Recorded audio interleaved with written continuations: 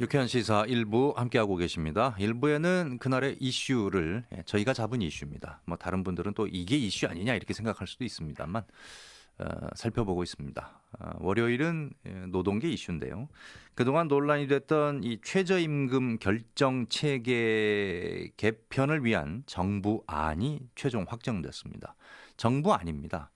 나중에 또 국회 가면 어떻게 달라질지도 몰라요. 지난 1월 정부 초안 이후에 논란이 많았던 기업 지불 능력 항목이 빠졌고 또 최저임금위원회를 구간설정위원회하고 결정위원회로 이원화하는 방안이 담겼다라고 하는데 일단 경영계와 노동계의 절충안을 모색해서 했는데 그러다 보니까 또 양쪽 모두의 반발을 사고 있습니다. 이경석 노무사와 얘기 나눠보겠습니다. 안녕하십니까? 네, 안녕하십니까? 예. 이 방안이 이제 국회를 통과하면 얼마 만에 최저임금 결정 체계가 바뀌는 건가요? 네, 만약에 이제 지금 결정 체계를 변경한 게 국회를 통과하게 되면 네. 1988년에 최저임금 제도가 도입됐습니다. 예. 그래서 약 한 30년 정도 만에 변경되게 되는 것입니다. 그러니까 한 번도 그동안에는 변경이 안 됐던 거죠.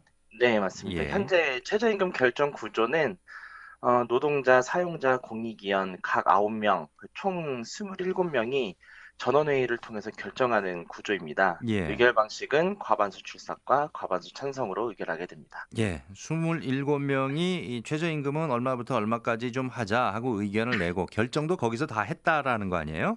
네, 예. 맞습니다. 그런데 이번에는 구간 이 최저임금 범위를 얼마에서 얼마 정도까지로 구간 정하는 위원회가 따로 있고 그다음에 결정하는 결정위원회가 따로 있고 이렇다는 거죠. 예, 맞습니다. 예, 어떻게 구성됩니까? 우선은 고용노동부가 27일 날 발표한 최저임금 결정 체계를 좀 보면은요. 예, 우선은 말씀해 주신 대로 구간설정위원회와 결정위원회로 이원화하는 것이 골자입니다. 예, 그래서 구간설정위원회는 노사 단체 참여 없이 전문가 9명으로 구성을 하도록 되어 있고요. 예, 근데 이 9명은 노동자, 사용자, 정부가 추천을 해서 구성을 하게 됩니다. 네, 근데 이제 구성하는 방법은 예, 노사정이 각 5명씩 총 15명을 추천을 하고요. 예, 그리고 노사가 3명씩 배제를 시킵니다. 음, 그러면은 이제 6명이 빠지니까 9명이 남게 되겠죠. 예, 그래서 그 9명이 이제 전문가 위원으로 구성이 되고요. 예, 이 구간설정위원회는 그 말 그대로 최저임금 상승에 대한 구간을 설정을 하게 됩니다. 예, 그래서 이 구간이 정해지면 이제 결정위원회에 요 구간 내에서 최저임금을 결정하십시오라고 해서 결정위원회에서 이제 그걸 결정하게 되고요. 예, 결정위원회는 노동자, 사용자, 공익위원 각 7명씩 21명으로 꾸려지게 됩니다. 음, 그래서 저 지난달 정부가 발표한 이제 초안에서는 예, 구간설정위원회 위원들이 결정위원회에 들어갈 수 있도록 이제 했었는데 그게 좀 빠졌고요. 예, 그리고 결정위원회는 결정위원회 노사위원들이 포함이 되게 되는데 예, 이 노동자위원은 여성, 청년, 비정규직 그리고 사용자는 중소기업, 중견기업, 소상공인 대표를 무조건 포함하도록 하였습니다. 네, 지금도 원래는 이제 노사단체가 이들을 추천을 했는데요. 예, 법에 명문화는 되지 않았던 부분인데 이거를 명문화하겠다라는 것입니다. 음, 공익위원 같은 경우는 원래는 정부가 9명을 모두 추천하는 방식에서 예, 지금 이제 7명이죠. 바뀐 안에 따르면. 그래서 예. 국회가 4명, 그래서 정부가 3명 추천하는 방식으로 바뀌게 됩니다. 국회가 추천을 할 수 있게끔 몫을 좀 나눴네요. 네, 예, 맞습니다. 감기 걸리셨어요? 아, 네, 감기 걸렸습니다. 예, 미세먼지 때문인 것 같은데 네, 마음은 아프지만 제가 질문을 안 할 수는 없어요. 네, 참고 하셔야 돼요. 네, 맞습니다. 이런 저를 이해해 주세요. 네. 이렇게 이원화가 되면 어떤 변화가 생기는 겁니까? 뭐 정부의 말을 빌리자면 예, 노사 갈등을 줄이고 공정성을 높이기 위해서 이제 결정 체계를 이원화했다라고 얘기하고 있는데요. 예, 이걸 얘기하면서 여태까지 최저임금 그 전원회의 기존 현행 방식대로 하면 예, 노사 간의 제시안이 너무 격차가 크고 네네, 그리고 최저임금 결정을 이제 32회 정도 했는데 예, 노동자 사용자 공익위원회 합의한 게 7번밖에 안 된다. 예, 그렇기 때문에 이원화를 하게 됐다라고 얘기를 하고 있고요. 예, 우선은 구간설정위원회가 말씀드린 대로 최저임금 인상 구간을 제시하면 네네, 결정위원회가 이를 결정하게 되는데 네. 이 이원화된 최저임금위원회에서 가장 중요한 거는 결정위원회보다도 구간설정위원회인 것 같습니다. 일단 범위를 주는 거니까요. 네, 맞습니다. 예, 근데 최저임금 인상률 수준을 정하기 때문이죠. 예, 그런데 이 구간설정위원회에서 노사정이 5명씩 추천하는데 노사가 3명을 이제 배제를 시키는 방식으로 가게 되면 예. 이 구간설정위원회 정부의 영향력이 상당할 것으로 좀 생각이 됩니다. 외려 노조 측에서는 사측 성향을 띈 분들은 제외할 가능성이 크고 네, 사측에서는 노조 성향을 띈 분들을 제외할 가능성이 크고 그러면 남는 그렇죠. 거는 정부 공익위원만 남는다 이런 얘기인 거죠. 예, 그렇죠. 그 예, 노동자는 사용자를 저격할 거고 사용자는 그 노동자들을 저격할 거기 때문에 예, 그분들은 이제 배제가 되면 이제 대부분 탈락이 될 거고 그래서 이제 공익위원들이 정부 추천위원으로 자리가 채워질 것이기 때문입니다. 예. 최저임금 결정 기준은 어떤 식으로 이제 변합니까? 앞서 이제 말씀드리기로는 이제 기업 지불 능력 부분이 있었는데 이게 논란이 되고 있었는데 그 이유가 있잖아요.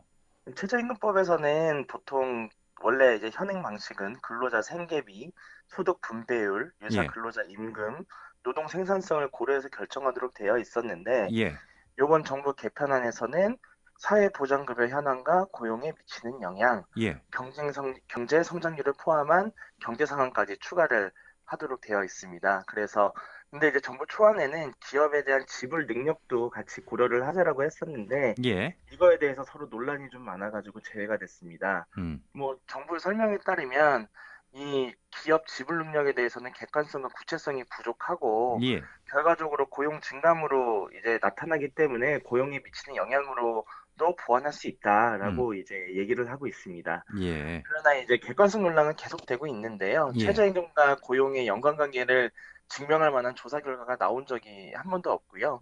그리고 경제 상황을 보여줄 수 있는 지표도 부족해서 최저임금 수준과 경제 상황 지표와 연결고리를 찾는 게 쉽지 않을 것으로 좀 생각이 됩니다. 예.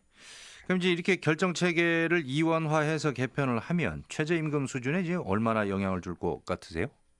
우선은 정부 관계자들은 최저임금 인상 속도를 조절하기 위해 결정 체계를 개편한다는 음, 이제 속도 이미 조절론. 예, 예, 속도조절론에 동의하지는 않고 있습니다. 예, 근데 그 홍남기 기획재정부 장관이 지난해 이제 12월에 취임할 때 최저임금 인상 속도가 빠르다 예, 이렇게 거론한 것은 사실이고요. 예. 그리고 대통령도 공약 네, 포기하겠다 이렇게 얘기를 했잖아요.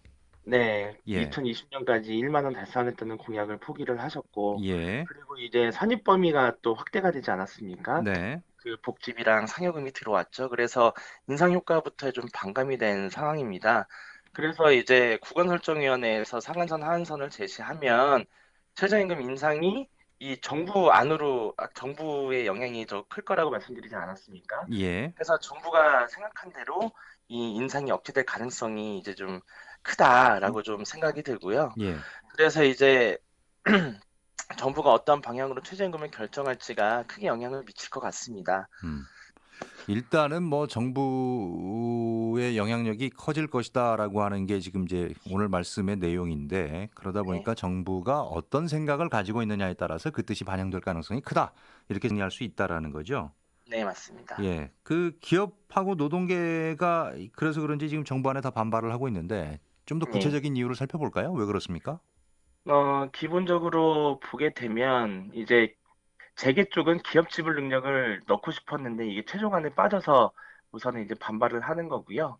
그리고 이제 노동계 같은 경우는 이원화 시키는 것 자체가 이제 최저임금 1만 원 달성이나 이런 부분에 대해서 예, 이제 속도 조절을 하는 거 아니냐라고 좀 얘기를 하고 있습니다. 그래서 뭐 경영계가 이야기하는 것들을 좀 설명을 드리자면 이 중소기업 중앙회, 뭐 경총, 상공회의소, 무역협회가 이제 공동성명을 냈는데요. 예, 기업 지불 능력은 임금 수준 결정 시 가장 중요하다. 그래서 지불 능력 이상으로 임금을 지급하면 경영에 큰 어려움이 있기 때문에 이 기업의 존립 자체가 위협받을 수 있다. 그래서 이게 들어가야 된다라고 지금 얘기하고 있는 거고요. 예, 노동계는 이제 정부가 일방적으로 추진한 계약안이다라고 얘기하면서 한국노총은 최저임금 제도 개선 TF를 비롯한 최저임금위원회에서 어떠한 구체적 논의도 없었다.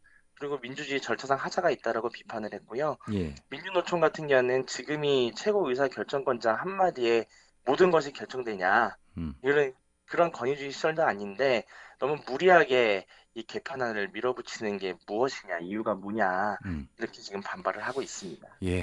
하여튼 이 노사가 있다 보니까 좀 대립하는 부분이 많아서 합의가 중간이 좀 쉽지 않은 그런 상황인 것 같습니다. 양쪽 네, 다 반발하고 있는 그런 모양새인 것 같습니다. 오늘은 여기까지 얘기를 들어야 될 것 같은데요. 고맙습니다. 네, 감사합니다. 네, 지금껏 이경석 노무사와 얘기 나눠봤습니다.